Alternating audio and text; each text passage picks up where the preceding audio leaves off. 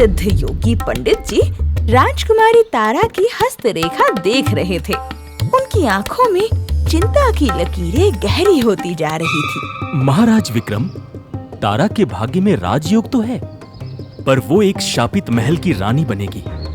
इसका विवाह एक ऐसे राजकुमार से होगा जो न जीवित है न मृत। अगर ये स्वेच्छा से उस हवेली में नहीं गई तो कल सूर्योदय के साथ आपके राज्य की नदियां सूख जाएंगी और प्रजा प्यास से दम तोड़ देगी। महाराज, कोई तो उपाय होगा।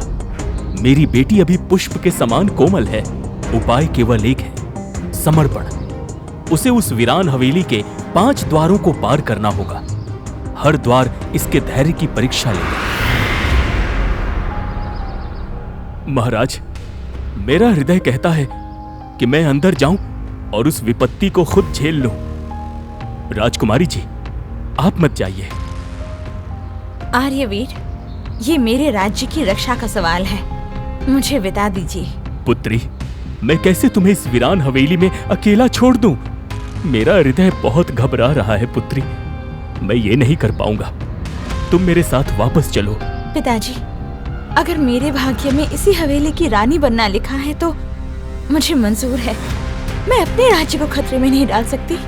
आपको अपना हृदय मजबूत करना होगा। मुझे विदा दीजिए पिताजी।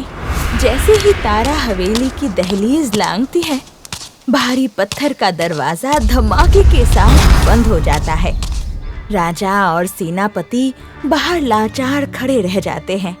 ये हवेली बाहर से जितनी ही वीरान है, अंदर से उतनी ही खूबसूरत है। ऐसा प्रतीत हो रहा है जैसे यहाँ कोई रहता हो। और ये दरवाजे? तारा ने जैसे ही कदम अंदर रखा, उसके सामने 5 जादुई द्वारों की परीक्षा शुरू हो गई।